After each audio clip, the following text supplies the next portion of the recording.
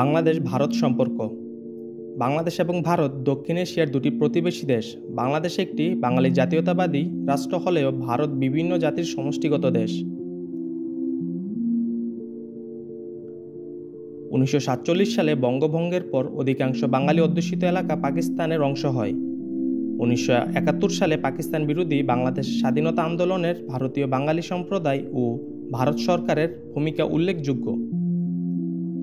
1991 পরবর্তী ফারাক্কাবাদ সীমান্তে বাংলাদেশিদের হত্যা, চট্টগ্রাম পাহাড়ি অঞ্চলে বিচ্ছিন্নতাবাদীদের ভারতীয় সাহায্য সহ বিভিন্ন বিষয়ে উল্লেখযোগ্য দূরত্ব থাকলেও বাংলাদেশ ভারত সম্পর্ক সার্বিক দিক দিয়ে বন্ধুত্বপূর্ণ।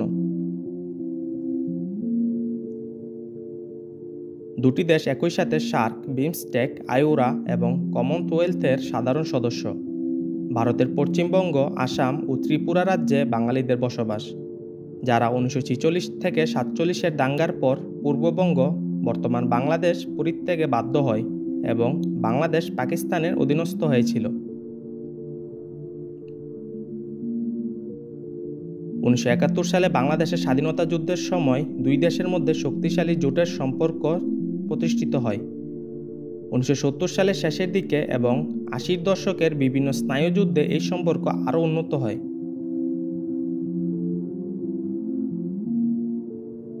দক্ষিণ এশিয়ার অর্থনৈতিক উদ্ধারীকরণের সূত্রপাতের সাথে তারা বৃহত্তর প্রবৃদ্ধি ও বাণিজ্যের উদ্ভাবন ঘটায়। পরবর্তীতে 1996 সালে দুই দেশের মধ্যে ঐতিহাসিক গঙ্গার পানি বণ্টন চুক্তি স্বাক্ষরিত হয়। তবে উভয় দেশই পরস্পরের ভৌগোলিক সীমান্তরেখা, সার্বভৌমত্ব, আঞ্চলিক নিরাপত্তা এবং অর্থনৈতিক উন্নয়নকে স্বীকৃতি দিয়ে থাকে। 2024 সালে বুয়েট সহ বাংলাদেশের বিভিন্ন বিশ্ববিদ্যালয়ে ভারতীয় পতাকা পোড়ানোর ঘটনায় ও ভারতের কলকাতায় বাংলাদেশ দূতাবাসের সামনে বাংলাদেশের পতাকা পোড়ানোর ঘটনায় দুই দেশের সম্পর্কে সংকট তৈরি হয়।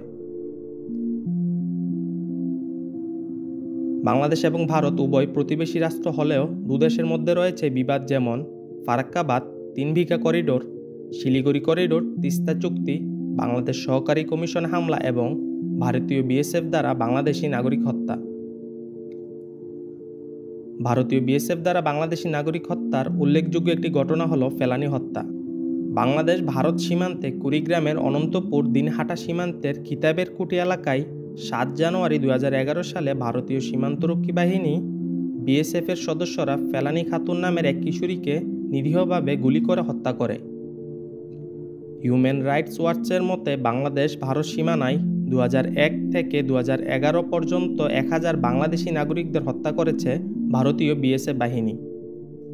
আধিকারিকটি বাংলাদেশি এনজিও। তারা বলেন, 2011 সালের জানুয়ারি থেকে জুন পর্যন্ত ভারতীয় সীমান্তরক্ষী বাহিনী দ্বারা কমপক্ষে 17 বাংলাদেশি হত্যা ও বিভিন্ন নির্যাতনের দৃষ্টান্ত নথিভুক্ত করেছেন। সেপ্টেম্বর 2011-তে দুই দেশে 4 দশকের পুরাতন সীমানা সমস্যা সমাধানে একটি গুরুত্বপূর্ণ চুক্তি করে। এই চুক্তির নাম 3 বিঘা করিডোর চুক্তি। ভারত বাংলাদেশি নাগরিকদের 3 বিঘা করিডোর দিয়ে 24 ঘন্টা যাতায়াতের পক্ষে সম্মত হয়।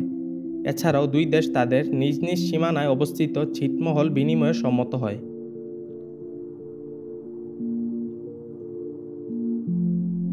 এবং সম্প্রতি মৌলভীবাজারের কুলাউড়া সীমান্তে 2024 সালের 1 সেপ্টেম্বর তারিখে স্বর্ণা দাস নামে 8ম শ্রেণীর এক ছাত্রীকে ভারতীয় সীমান্তরক্ষী বাহিনী বিএসএফ গুলি করে হত্যা করে। 2012 সালের প্রথম দিকে বাংলাদেশ ভারতের মধ্যে পাল্টাপাল্টি সাইবার যুদ্ধের ঘটনা ঘটে। বাংলাদেশ ভারতের মধ্যকার এই ঘটনার সূত্রপাত মূলত হয় 2012 সালের জানুয়ারি মাসের 9 থেকে 10 তারিখ। ভারত সীমান্তে একজন বাংলাদেশিকে ভারতীয় সীমান্তরক্ষী বাহিনী বিএসএফ কর্তৃক উলঙ্গ করে নির্যাতনকে কেন্দ্র করে, তবে কারণ হিসেবে এটি একমাত্র ছিল না। বস্তুত সমকালীন আরও সীমান্ত হত্যা এবং ভারত সরকার কর্তৃক টিপাইমুখ বাঁধ নির্মাণের সিদ্ধান্ত এই সাইবার যুদ্ধের ইন্ধন ছিল। এই সাইবার আক্রমণের পিছনে বাংলাদেশের 3টি হ্যাকার দল, যারা নিজেদেরকে Bangladesh black hat hackers, Bangladesh cyber army এবং এক্সপায়ার সাইবার আর্মি নামে পরিচয় দেয়, নিজেদের সম্পৃক্ততা স্বীকার করে। এই দল 3টি তাদের সাথে বিশ্বব্যাপী পরিচিত হ্যাকার দল অ্যানোনিমাস এর সম্পৃক্ততার কথা উল্লেখ করে।